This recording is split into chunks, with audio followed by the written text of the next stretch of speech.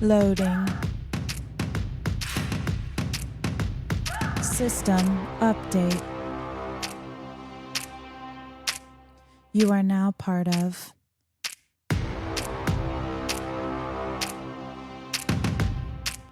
the herd.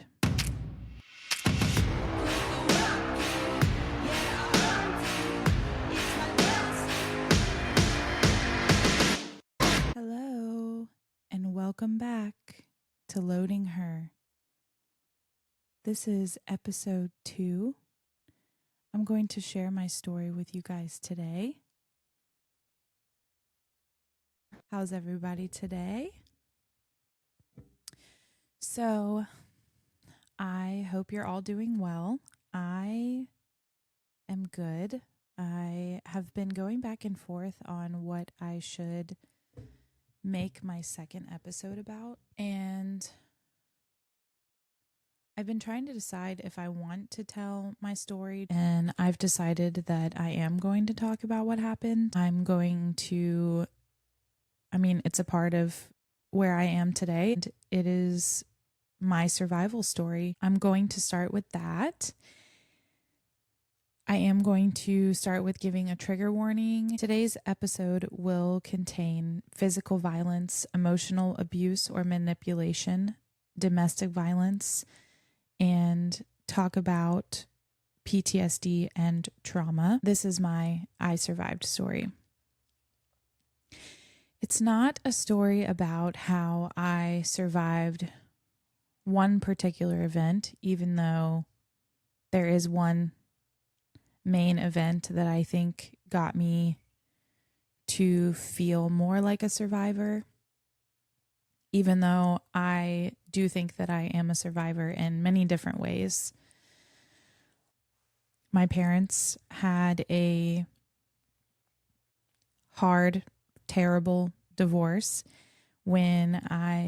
it started in middle school, and I think they loved each other, and I think there was a lot of pain there. And I think that they both lost themselves in that divorce and were not emotionally capable of not letting that love turn to hate.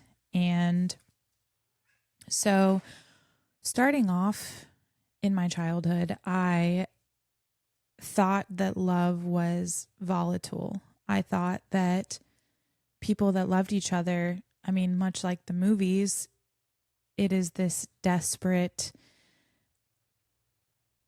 hard thing that you fight for. In my early years, I was raised in a very loving environment.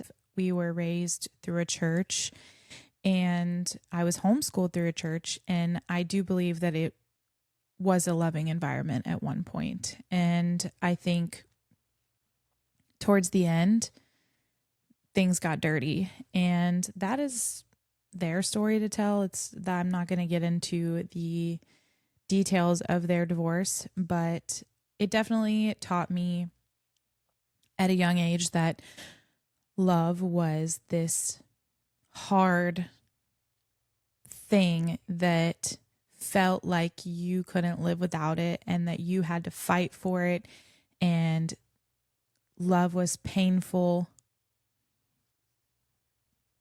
So I ended up hanging out with my older sister and her friends at about age 14, and I wouldn't say wrapped up in the wrong crowd, but I was interested in hanging with the older kids. My sister is a year older than me, and the older kids were hanging out with even older kids, and me being 14 was hanging out with 15 and 16-year-olds who were hanging out with 18 and 19-year-olds, so I was 14 hanging out with almost adults. We liked to do drugs and drink and party, and I was 14 trying all different kinds of drugs that I should not have been doing, but it's what my friends were doing. And I was a baby. And looking back now at kids that I know that are 14, it is insane that I even was doing the things that I was doing at 14. But I ended up getting in a relationship with a boy who was a troubled child, and we had a very volatile relationship. It was very back and forth. You hurt me, I hurt you. I hurt you, you hurt me. And it was basically a situation where I was in love with a young addict. And I didn't know that at the time. I didn't know that addiction was what I see it to be now, which is something I would not wish on my worst enemy. It is hard to watch. And I think alcohol has been a reoccurring situation in my life where people I love are addicted to alcohol. So little did I know 14, 15, 16, 17, 18, 19, 20-year-old me was in love with an alcoholic. And I don't even know if he knew he was an alcoholic. He was 16. And we just had a very, what I thought was love, but it was a situation where he would go out on the weekends with his friends and they would go drink and go to parties, and he would leave me behind. I thought it was the end of the world. Every time he left me, I thought it was the end of the world. And I thought I could not live without him. It was an addiction. And I was addicted to love from male energy, I think, because I feel like I lost my dad when I was at a very important time in my life to where a man was supposed to be in my life, because I think certain events led to,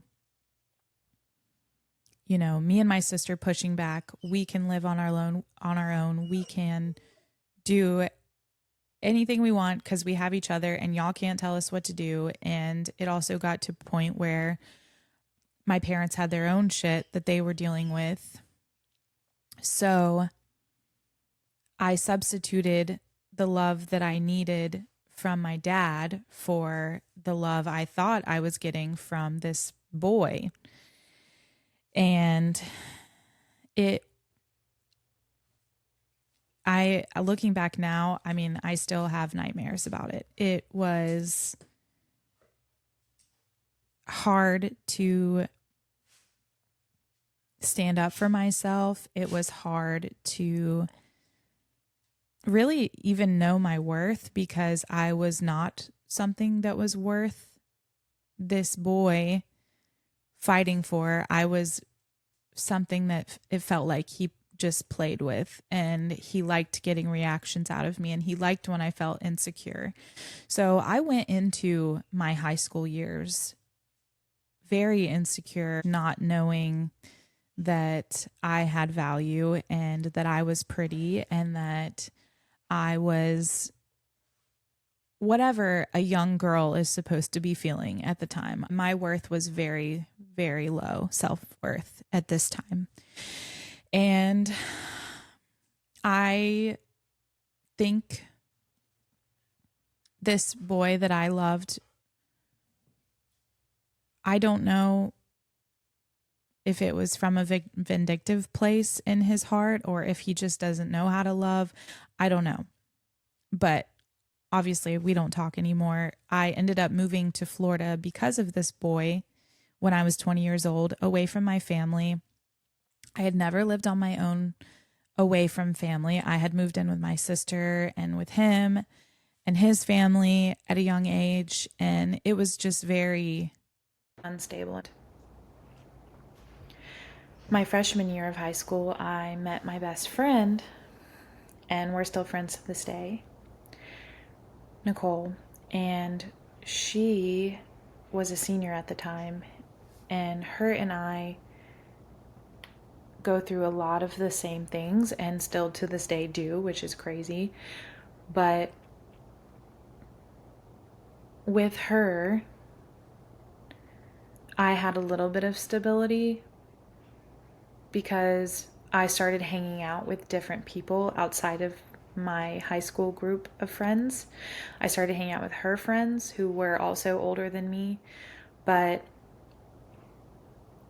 they were better for me. The people that I hung out with when I was with her weren't doing a lot of the things that I was doing with my sister and her friends, who were my friends as well. So I had a little bit of an outlet from the relationship with the boy. When we would break up, I could go hang out with Nicole, and I could go stay at her house whenever things got bad with my mom or my parents.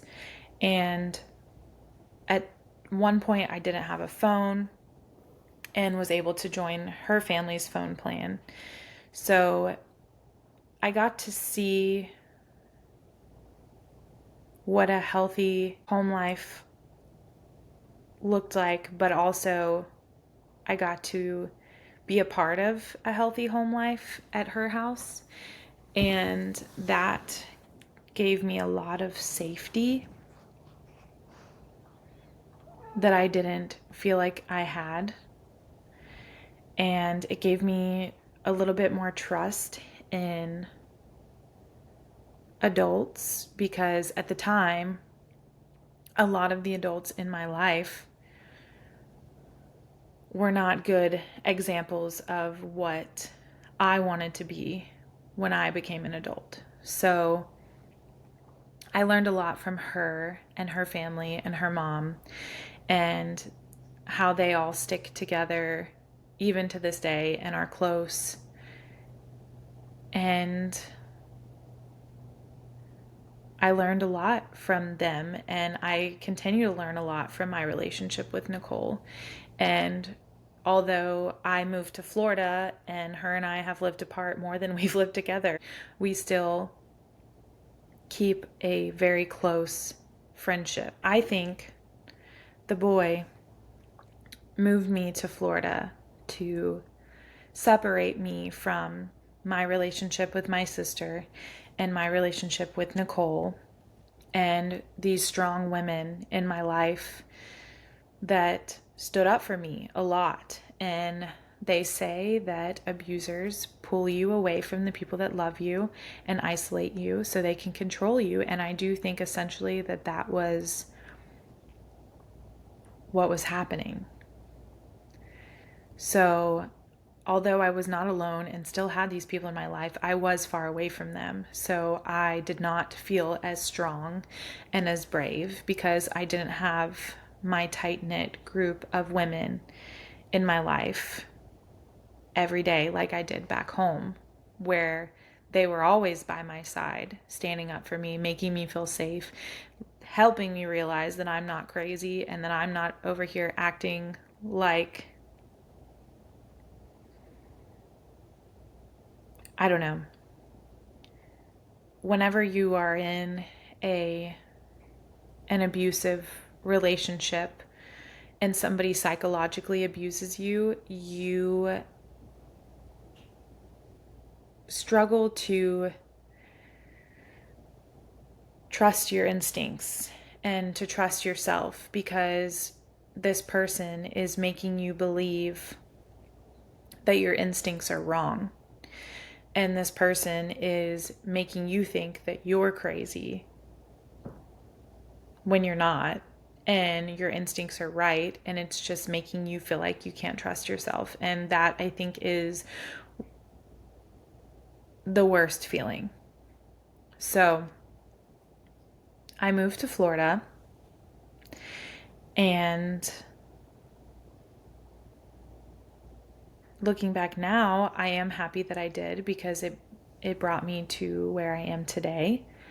But back then, I was isolated, and the man that I moved the boy that I moved to Florida with was all that I had. His friends that he already had made here, and I was alone. So I think by the time I got into my adult years, I got to a point to where I was searching for stability and love. And I ended up losing this boy a few times before we had decided to move to Florida, back and forth. He ended up actually leaving me for one of my best friends at the time. That was one of the hardest things that I had to overcome as a high school kid, being betrayed by not one, but two of the people that are supposed to love you the most and that you trusted. And I just remember that being very painful. But I was very familiar with having to heal from heartbreak because of this relationship, that each time my heart broke, it didn't hurt as bad as the next. So although I now, even talking about it, like makes my throat want to close up, think of heartbreak in a way that it still makes me want to throw up, because it is the most painful feeling. And I think it's because I attach that to a feeling of abandonment as well. So I decide to move to Florida with this boy thinking it will solve all of our problems. And of course it didn't. Everything got worse. Everything got more physical. The drinking got worse. I was paying for all of his things. Basically our entire relationship, I was supporting this person. I don't even remember how we paid the bills when we first moved here. I remember getting our apartment in my name, and I remember struggling to find a job for the first year or few months that I lived here into a year. And I got a job at a local restaurant where I met some of the best people I think I've ever met in my entire life. And now I have a good group of girls. They are family to me, and we have been friends since I've moved here. And it is a forever growing group of women. I think there's probably, when we all get together and we're all available, close to 20 of us, which is amazing. And I don't think a lot of people can say that they have girl friendships like that. I am grateful enough to have women in my life that don't make me feel like we're competing with each other and that we want each other to fail. Like, that is just not how we operate. So that group of girls, along with my best friend back home, along with my two sisters and my sister's friends. So I am just surrounded by a group of amazing women. And I've met some amazing women living here outside of this group. And I'm just picturing all of them in my head and how grateful I am for each of these friendships, and how grateful I am to be surrounded by women that want to lift other women up. And I know that that is not the case for a lot of people. So I guess I want to build that community for people that don't feel like they have that, because all of these women in my life, family or not, best friends for 15 years or 10 or 3 or 4, we support each other. We lift each other up and we make each other feel heard. And I think that is part of what brought me to want to start the herd, loading her, and to give a little bit of what I feel like I have in my life to other women that may not have that. So back to getting on topic of me moving to Florida. The boy that I dated in high school, we broke up. It definitely changed a part of me. And when I finally was able to break free of that, it was scary, but also freeing, and gave me a sense of trust in myself, trust in my decisions, because I definitely got to a point where I just couldn't take anymore. And this person, the boy, ended up stealing my dog that I brought into the relationship. And it was detrimental to me and to my happiness. And it was really hard to get over that. I ended up trying to go get the dog back in the worst way possible, the way that he took him. I didn't think about the repercussions of poor decision making and ended up getting arrested trying to get this dog back.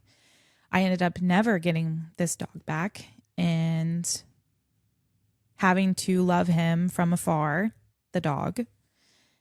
And so I guess I started to realize what it felt like for someone to want to see you in pain, and giving somebody and trusting somebody to have a piece of you, whether it be your heart or something that you love, bringing that into a relationship or giving them access to living with you, giving them access to you.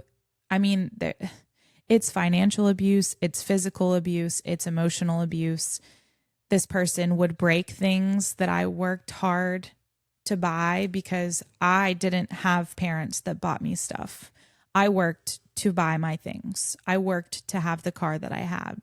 So when this boy and I would get in fights, he would stomp out my windshield of my car or break things in my car. My car was my most prized possession because I worked so hard to buy myself a car and to be able to have that. So I learned that even though somebody says that they love you, that's not necessarily always the case. Sometimes they love to control you, or sometimes they don't want anybody else to have you and they think that that's love. And I don't think that always they do it from a vindictive place. I think sometimes it is from a place of just not knowing what love is supposed to feel like and not being able to see that love does exist in a safe, calm environment that doesn't make you feel like you're triggered. But, 14 to 19 to 20 years old, you don't know what being triggered even really means. So I got out of that relationship and ended up in another one with another alcoholic, but in a different way. He was kind and funny and people loved him. But much like my first boyfriend, this boyfriend would drink himself into points of me dragging him to bed, me trying to wake him up sometimes. I mean, points of him leaving me whenever we would get into fights and going to the bar, and God knows what he did. It was his way of keeping control. And I just remember being in my early 20s begging this man, who's also, I guess he would be in his late 20s to early 30s at this time, just begging him, why don't you want better for yourself? Why do you want to live this way? Why are you hurting me? It's me. And I just remember being not sitting in this relationship as long as I was in my first one, because I remember with my first one with this boy, he would be drunk and doing things that are hurting me. And I'd be like, it's me you're doing this to, thinking that they would snap out of it. I don't know why I thought that would work, but It never did. Not with either one of them. And I don't know if it's because I was in the restaurant industry that I kept finding myself in situations with alcoholics. I was drinking myself, but I am fortunate enough to have never had a problem with addiction. So the mind of an addict is confusing to me. I don't understand why someone would pick a substance or something that takes you out of your sober mind over people that they love or that they're supposed to love or that they say they love. And that was something that was hard for me to try to understand. So with this man in the second relationship, I obviously had dated people in between the two of them, but these are two that really stand out to me. And we were broken up at the time. And trigger warning, I was going to meet some of my friends after work, and I decided to stay home this night. So I get home probably around 11 or midnight and get ready for bed. My roommate at the time was not home, and her boyfriend, who stayed with us very often, was not home. I had just hiked on the No, I did not just hike on the Appalachian Trail.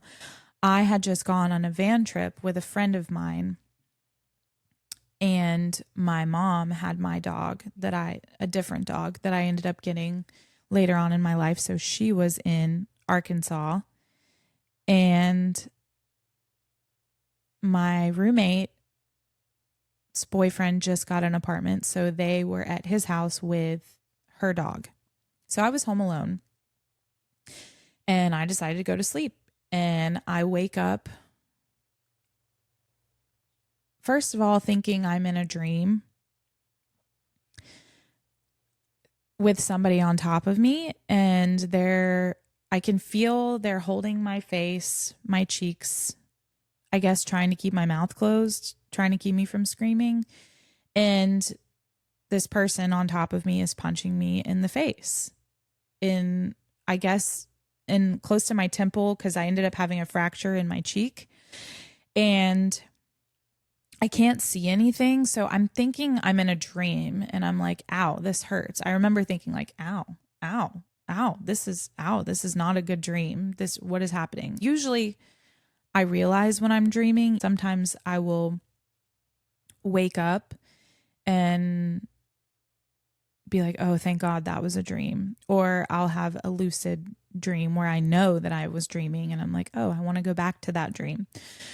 But this one actually felt painful, and I realized it was real. I realized that it's not a dream and that this is real life. And I start to scream, and in my head, I'm like, my neighbors have to hear me. I live in a duplex, and my neighbors would share a wall with me, and there was at least one of them that had to be home, I was thinking. So I start to scream, and the person on top of me tells me that they will kill me if I don't shut the fuck up. And I was like, okay, this is real. This is really happening.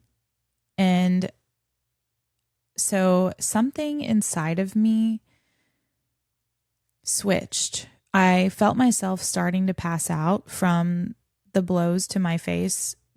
I think this person probably hit me between 15 times. Sometimes obviously harder than others because I was fighting him. And I remember I was like, I felt myself starting to pass out, and that I was like getting woozy, and I was like, oh, okay, I'm not going to die here. So I kicked in an overdrive and started bucking my body to get this, because this person is their knees are on top of my arms holding me down, and their hand is holding my face and they're hitting me with their other face, and I can't see anything. So I don't know if my face is covered at this point. So I just start bucking like a bull. I mean, when I was a kid, I would play with all my friends, older brothers or my uncles or cousins. I liked to play rough, and I liked for someone to challenge my strength as a kid, which, looking back, I feel a lot of those times were preparing me for this situation to where I was going to have to fight for my life. And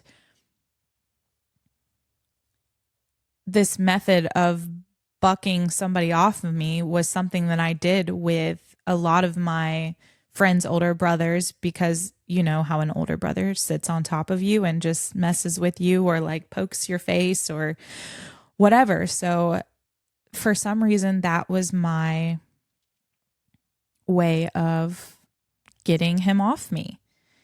And once I got him off me, I was able to roll onto the floor of my room, and I saw who this person was, because come to find out, he had covered my face with a pair of his boxers. So I wouldn't be able to see who he was. Even though I didn't know him, I recognized him. I knew who he was. So I'm on my hands and knees on the side of my bed, and I looked up. I see who this person is, and I was obviously surprised to see somebody that I knew. And he was like, "Do you know who I am?" And I was like, "Yes, I know who you are."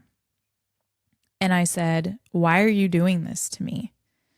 And I'm still on my hands and knees, bleeding from my face. I can't really breathe. You know, the feeling of when you get water up your nose?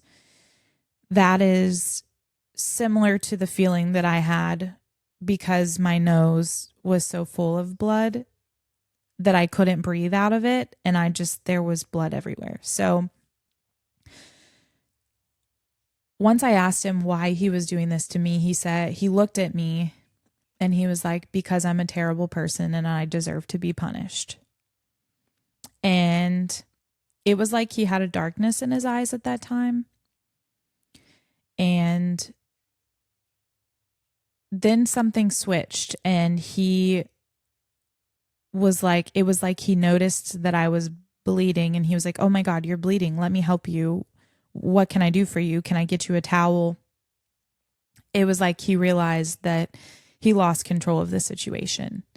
And with that, my instinct was to put my hand up and say, "Just give me a second." And I was trying to gather my bearings. My bedroom was right next to a bathroom. So I was like, "Go get me a towel." And so I got him out of the room for a brief second, and my keys were hanging on my closet door knob. So I grabbed those, had pepper spray on them, chose not to use that. He grabs me a towel. I'm wiping my face. I'm holding my keys in my hand, and I'm like, do I go lock myself in the bathroom, or do I run and try to get in my car and leave? So this whole time I'm trying to decide in my head. I mean, this is probably seconds going by, but it felt like minutes. This person who I found out after I saw him was my neighbor, who lived in the duplex next to me, who had to walk past my bedroom window every night and day to get to his front door. I didn't really pay much attention to knowing this person, but I know that I had seen him before, and I would just call him neighbor because I didn't know his name. Now I know his name, which is probably exactly what he wanted. But in an empowering way. I know his name because I fought to have him put behind bars. I'll get to that. So I'm gathering my things, and this whole time, my neighbor is looking at me saying,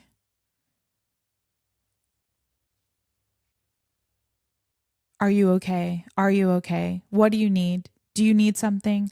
Oh my gosh, you're bleeding. I can't believe this is happening." Like he wasn't the one that just had done this to me. And I remember him looking at me and being like, "Please, please don't tell anyone. Please don't call the police." And I was like, "Oh, we're so fine." I was like, "We're cool. I'm not going to tell anyone about this." I was like, "We're going to be friends after this. It's totally fine. There's no reason for me to tell anyone about this or call anyone." I was like, "Don't even worry about it." So he's kind of following me around my house like a child, not really paying attention to what I'm doing, just focusing on more so me not telling anyone or me not calling the police. So I start walking towards my front door, and he's still kind of following me, but not really paying attention, just kind of begging me not to call the police, not to tell anyone. And I make a run for it. I get in my car, I throw it in reverse, and I speed off. The sun is kind of coming up at this time, and I call the man that I was dating at the time. Well, not really dating, kind of broken up, but also we still communicated here and there. And I was like, "Hey, I'm coming to your house. I don't want to scare you. Prepare yourself." I don't know what he was thinking at the time, but I show up to his house not knowing how bad my face looked at the time. I'm sure I was very bloody and swollen. And so he made me call the police, and we go back to the house, and my neighbor was not there. I don't know if he was in his house at the time, but we call the police. The police come. They ask me if I know who did this to me, and I tell them, yes, it's my neighbor. They kept asking me if I knew him or if we had had a relationship before, and I was like, "No, I don't know this person. I have been around him a few times, but I don't know him." And they ended up finding him asleep in his bed. He had shaved his head, gone back, had my blood still on his fists, and I guess fell asleep. So they ended up checking all the windows in my house for his fingerprints, and he had tried a few different windows until he finally found one window that was unlocked. And that was the window he came in. They said that he probably has been in my house before because he knew where to go. He had probably been watching me because he knew I was home alone. And come to find out later, his roommate at the time was telling me that somehow he fabricated in his head that I was something that he deserved or that he should have. So he tried to take a piece of me and was not successful. He ended up being interviewed later on about why he was there and if he had a sexual reason for being there. And he told the police yes. But for some reason, a lot of the stuff that happened did not hold up in court. I had learned the hard way that the system is not necessarily there to protect a victim. And I thought him telling me he was going to kill me was enough, but that's hearsay. There was no proof. I was the only witness to him threatening my life. He ended up going to jail that night, obviously, and bailing out in less than 24 hours. he ended up going to a local bar that he frequented and telling people that he got in a bar fight and that he needed money to leave town because people were looking for him.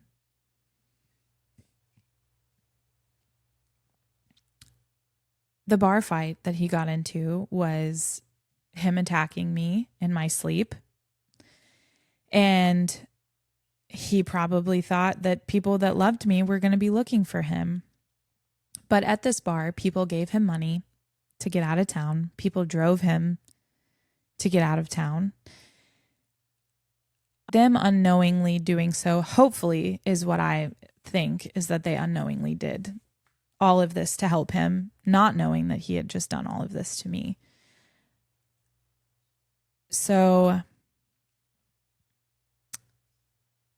flash forward a few days, I'm working at the restaurant that I worked at with my face all beat up.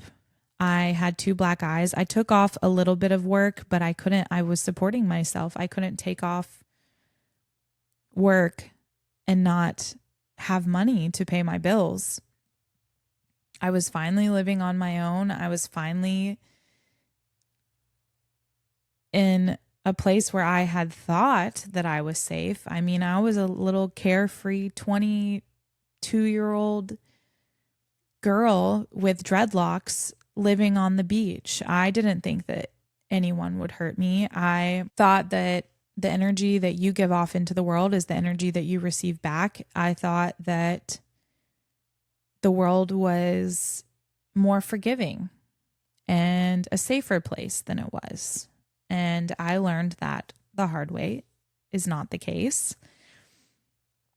So I'm at work and this man comes in and he's like, I know you don't know who I am. He was like, but I own the bar that the man that attacked you was going to get money, and I want you to come work for me. And I was like, okay, like obviously that was the last thing on my mind. And he put $100 bill in my tip jar and I never saw him again. He ended up passing away a few months after that, and I ended up getting a job at the bar that he owned and now still work there to this day. And am so thankful for that man who changed my life and got me to where I am today because of this bar. I think that I have had a lot of my prayers answered financially, and I have been able to have the stability that I was searching for. And I think that obviously me being attacked was a terrible thing that doesn't even feel real. I mean, obviously it feels real because I've had to do the work to heal through it. But talking about it is the way that I've been able to heal through it. And I think that, as cliche as it is, everything happens for a reason, because I really don't think that I would be sitting where I am today because of the things that happened to get me to this point. And good or bad relationships that brought me to Florida,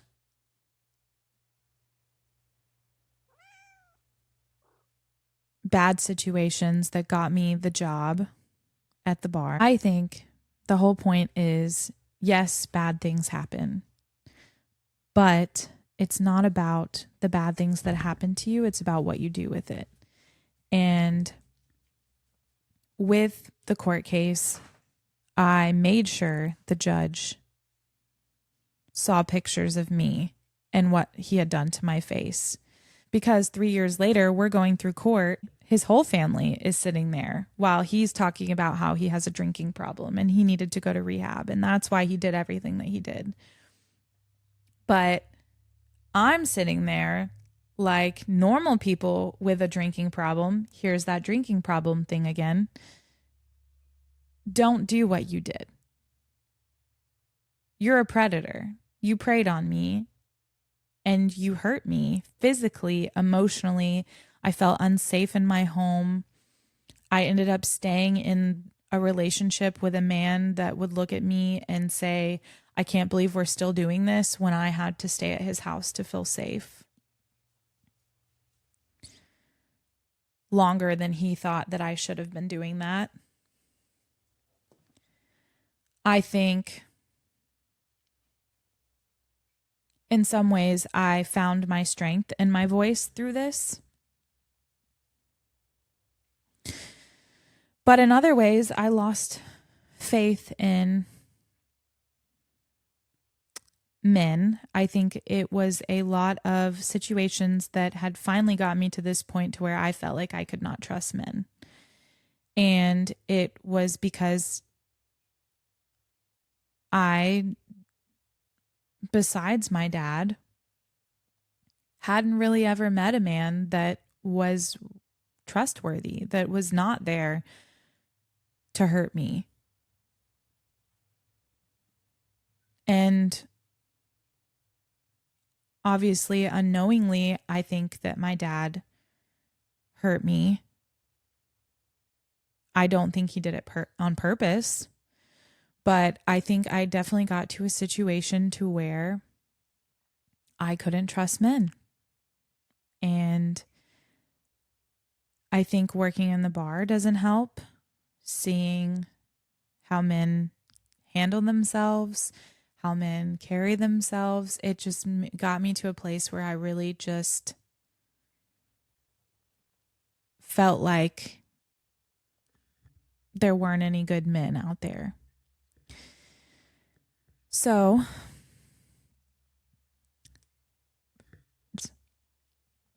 I make sure that I'm sitting outside my house when his parents come to pick his things up with my 2 black eyes, sitting on my stoop so they can see what he did to me. And yet, still, when it comes time for us to go to court, they're sitting there behind him, supporting him, talking about how he has a drinking problem and how they've seen so much of a change in him. I get up, I read my victim impact statement. All my friends are there supporting me. People in my life read victim impact statements on how this changed, how this could have changed for. I think often how if he had a weapon, I would not be here today. I think if I had a weapon, how he would not be here today. I do think that everything played out the way that it was supposed to play out. And was thinking for some reason that he was just going to get probation because it was his first offense. Come to find out later, talking with some other women that have come in contact with him and some other people that had come in contact with him, he was a violent person, especially when he drank. And so I had these people write letters to the judge. I took pictures of my face through my healing process, how long it took, how deformed my face looked, and sent them to the judge. I wanted to make sure that he saw the truth of what had happened to me. Fast forward to today, he has been in prison. He got prison time, but he got as long as he probably could have. And he will be out, I think, in 2029. So be aware. Lock your doors. Bad things happen to good people. And I really wanted to share this story with you guys today because I wanted to set the foundation for loading her. I wanted to make this a safe space for you to feel like you can share your story. And I wanted you to feel like you have the power to do anything you put your mind to, because I do believe that that is true. I do believe that talking about bad things, embarrassing things, hard relationships, things that hurt us is what will heal us. I think being surrounded by a group of people who feel the same way, who are supportive, loving, and not judgmental, help with healing. I think everybody has their story, but those stories are what bring us to this point right now that have created us into the person that we are. And what I want Loading Her to be is that safe space for you to feel like you can share your story. And I want it to be the safe space where I share my stories and lessons that I've learned, because I feel like I have learned a lot of them the hard way because I'm stubborn, and also because I'm trusting of people. And I keep finding myself today, even in situations where I'm disappointed in the way that somebody handles a situation because it's not how I would do it. So that's something I'm learning right now. What I see for Loading Her is a community where we can share the good things and the bad. We can talk about what we're going through. We can talk about how hard it is to venture into something new and scary, much like me going into the real estate world, or the first time I ever bartended, or first time I ever taught a yoga class. Putting myself out of my comfort zone has helped me to grow as a person.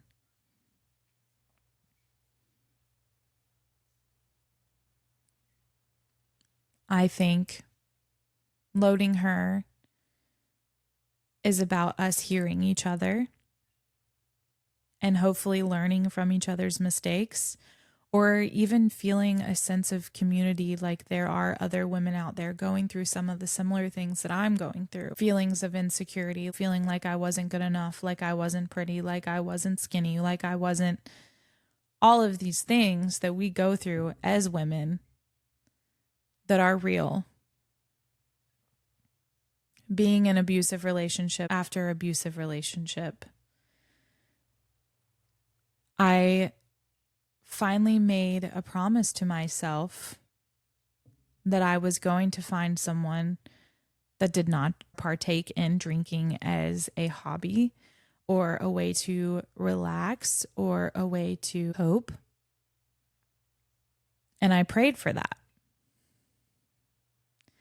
and manifested it.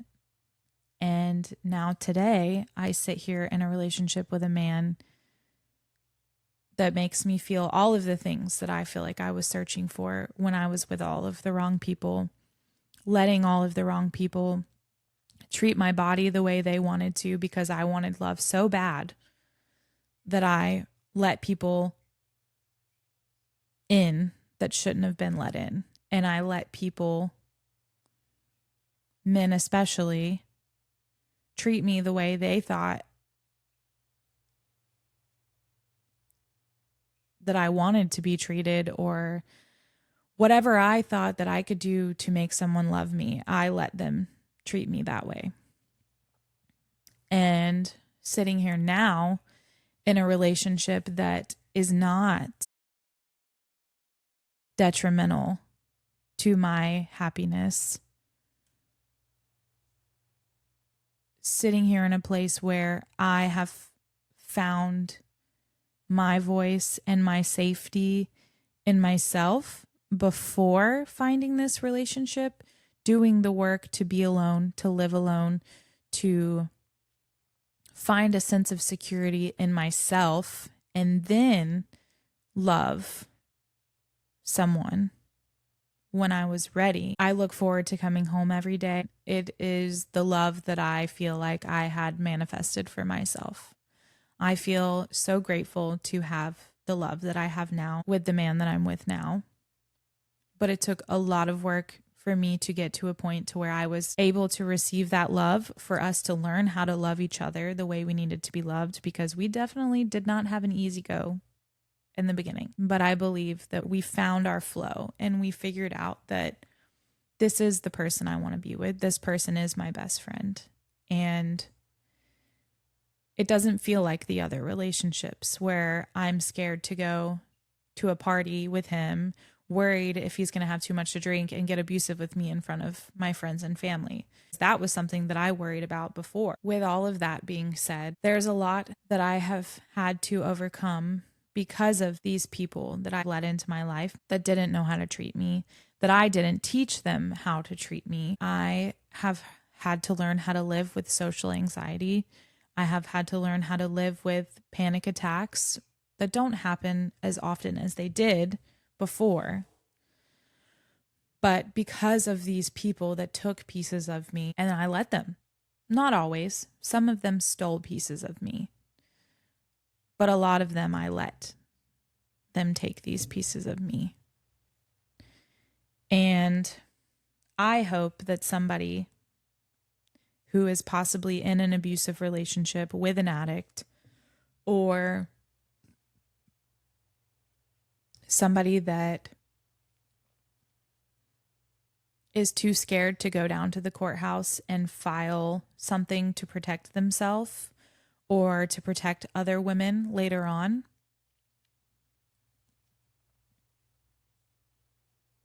or maybe you're just scared to take that first step into something that has been on your mind, like starting a new business or starting a new job that'll give you more confidence or more financial freedom. Whatever it may be, I hope that my survival story that have brought me here, whatever that may be, I hope that my survival story can be something that helps you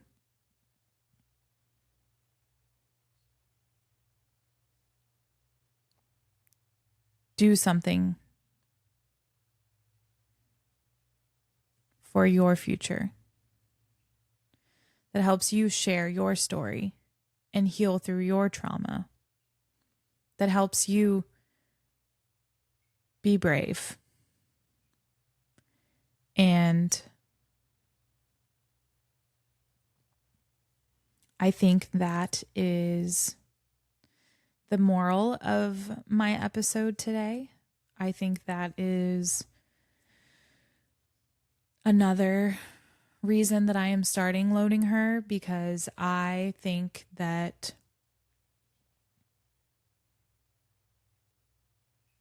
sometimes you just need a place to get it out. And I hope that you feel like this is a safe space. I see Loading Her to be a powerful movement for women. And eventually, I would like to interview women that have been through similar things that I've been through, or that other women can resonate with. And I find myself liking biographies, especially by women that have been through some hardships in their life, and women that have gone outside the lines of what we're supposed to be or look like and have become successful in the end. I want Loading Her to be the success story for all of us. And I want Loading Her to inspire you to be brave, to be yourself, to trust your instincts. So with that being said, if you have a story that you would like to share with your herd, please email me at loading.her@gmail.com. You don't have to use your real name. And if you are comfortable with me sharing it on an episode, I would love to share a few of your stories. I want Loading Her to be the voice for all of us who feel like we don't have a voice or did not have a voice at one time. I definitely think that I was silenced by trauma. I was silenced by abusive relationships, and I was silenced by pain because I was scared. And I don't want that for you. I don't want that for me anymore. I don't feel like I live like that anymore. And I think Loading Her is a great place for us to start overcoming the things that scare the shit out of us and talking about what we're going through, what we've been through, and getting to the point of feeling like those parts of us, the things that have happened to us, the people that have hurt us, are not controlling us. I really do want to thank you for listening to my truth today. I know it is heavy. I do not share it for sympathy, but to remind her that pain does not define us, but our strength does. And I think with unity, we can find strength, and together we can feel safe and secure. And if you're carrying something too, I just want you to know that you're not alone.